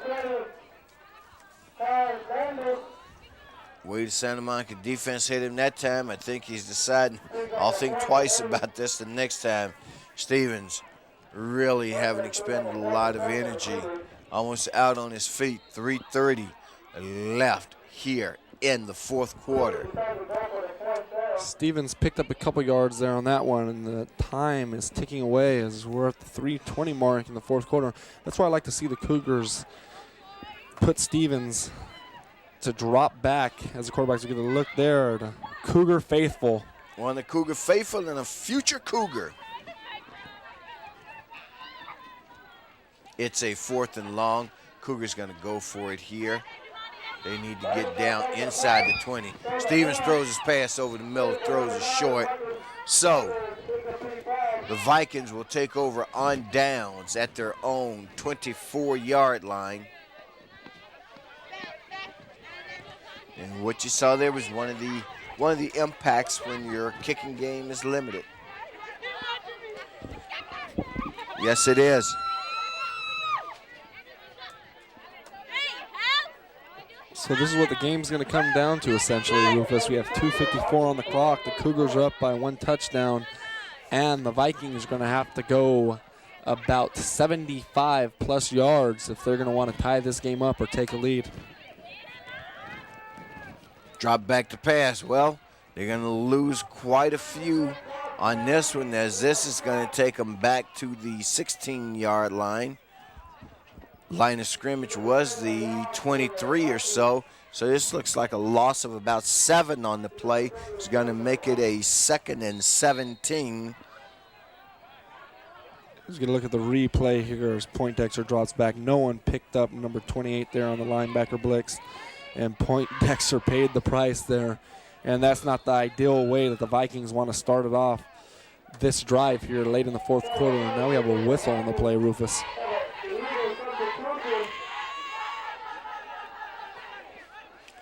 And the indication there, we see one of the Cougar fans. It is Halloween fans. We've not made much of a note of that tonight with the overcast weather, but one of the Cougar fans getting into the Halloween spirit.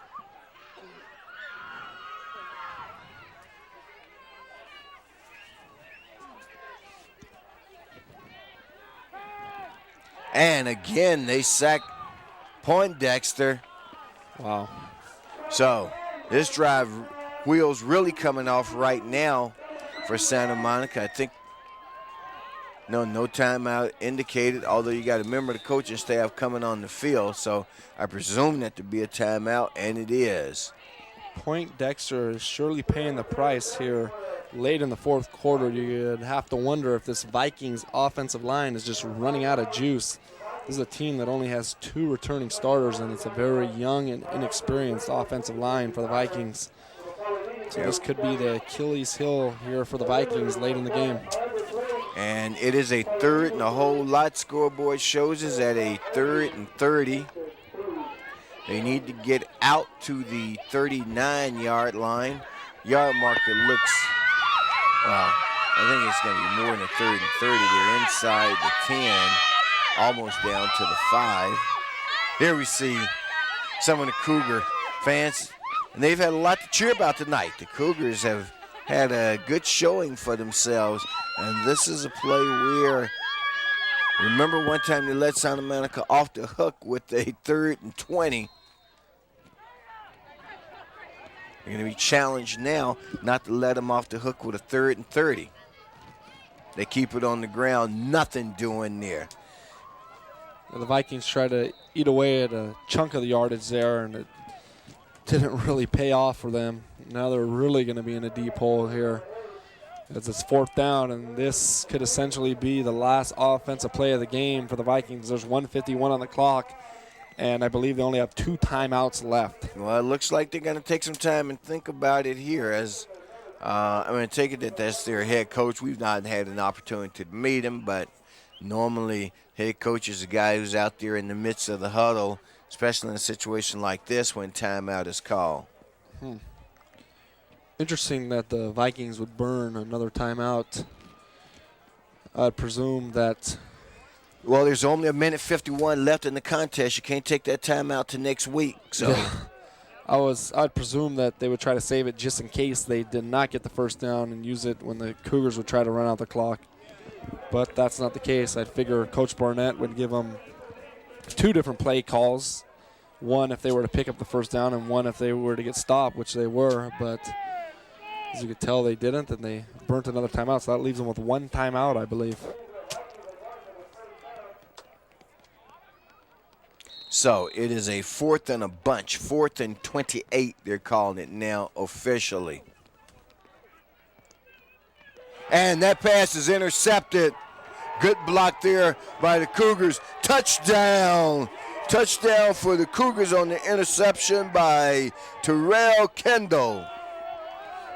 And that just about puts the game in the bank there for the Cougars, and they're going to cash in on their 2nd win of the season. Yep, well, as my sister says to me, whom I talk to very frequently back on the East Coast, good night, Irene. Kendall, as you see there, good read on the ball. Picks that one off, and there is no one in the distance to put a hand on him, and he takes it to the house for a touchdown. And the Cougars are up 19-6 with 1:42 left in the 4th. Now we have the 2-point conversion. And the cameras are picking is up. good to Cooley.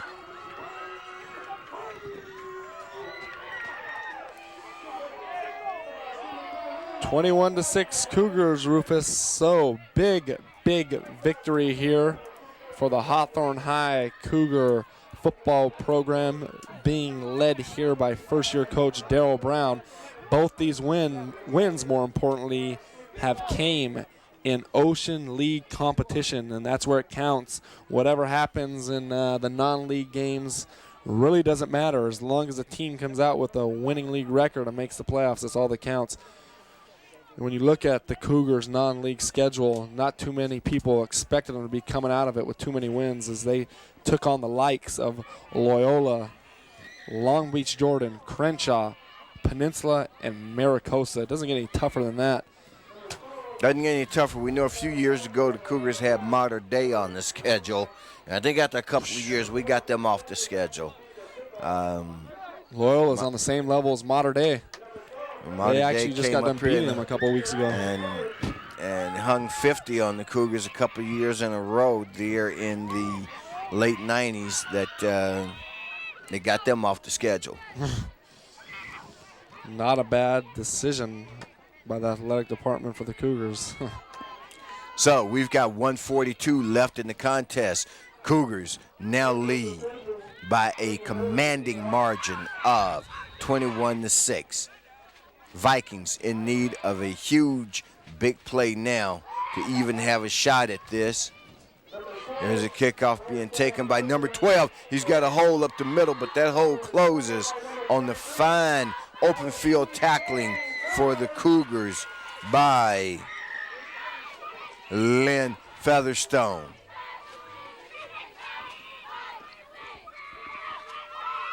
I think if you're the Vikings, and let's see who the Vikings bring out at quarterback. Looks like they're bringing Poindexter back out.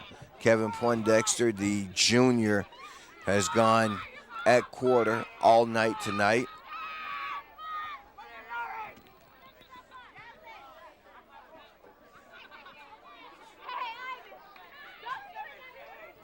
Vikings go with double slots. There's a pass over the middle. That pass is intercepted.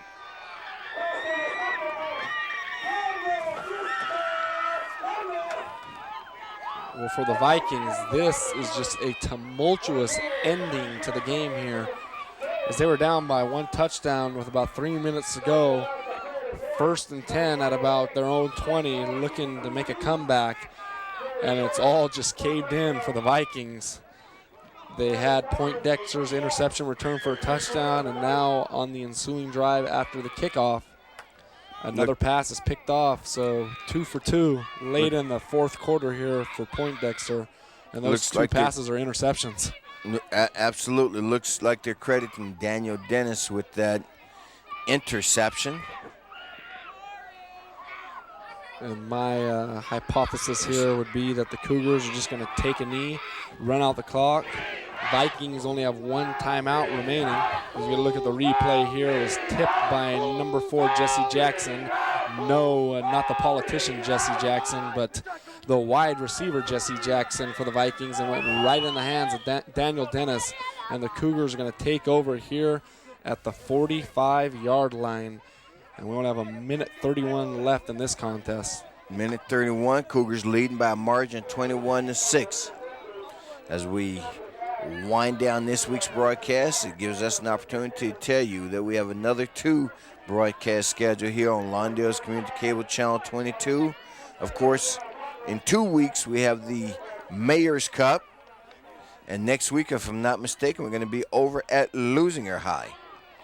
And let me inform the audience, I don't think Rufus really wants me to, but it's going to be a different Mayor's Cup, an odd Mayor's Cup, as Rufus Washington's presence will not be here this year. A Mayor's Cup just isn't a Mayor's Cup without Rufus Washington. And unfortunately, this year he won't be here. We'll be here in spirit with you, though. Rufus will for sure be here in spirit. But I know that Scott, you and Dave, and I understand we might even have the reappearance of Ken Fine here. Ken, of course, also doing some sideline work and enjoying being a part of the Channel 22 family. We know it'll be fun. Well, guess what, fans? The Cougars are going to put a W in the books tonight. We're under 40 seconds left. I don't think Santa Monica is going to use any of the timeouts they got left right now. Clock continues to run. It's a 3rd and about 5 for the Cougars. 3rd and about 5. We're approaching 20 seconds, as you can see. Last play. What There's should be the last play. Faithful, Rufus. Cougars aren't even looking to snap it as we're down at 7 seconds. And there. He got the Gatorade. Coach Darryl Brown just received the Gatorade, and it's not the nicest weather to receive the Gatorade. No, it's an awfully cold night to get that, but Cougars have not had a lot to be excited about, and they do have some excitement working for them, having some fun really on the sidelines, and you kind of like to see this. This squad is taking its share of lumps, but tonight they come away at home with a big victory, and one that is an outstanding one for the program. So, our final, Cougars of Hawthorne, 21, Santa Monica Vikings, 6. In what was essentially a well-played game for the Cougars. In fact, they had 2 touchdowns called back in this game. Good outing, Scott.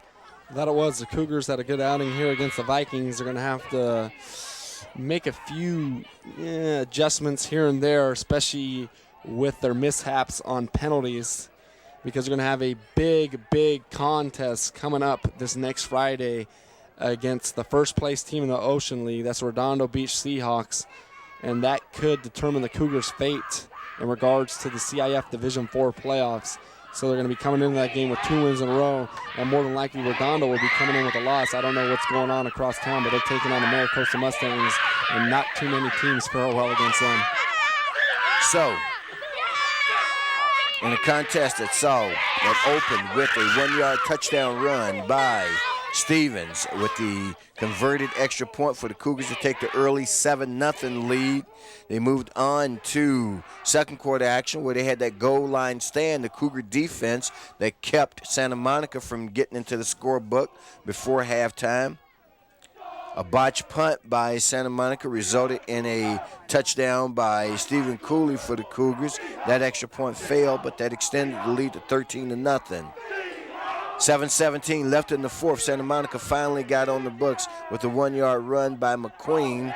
Their extra point attempt was no good. Then Kendall closed out the scoring with a INT return for a touchdown of 15 yards to make it 21-6 with the 2-point conversion. So, fans, we're glad to be back on the air here at Lawndale's Community Cable Channel 22. I told you last week I had every faith that we would be, and here we are.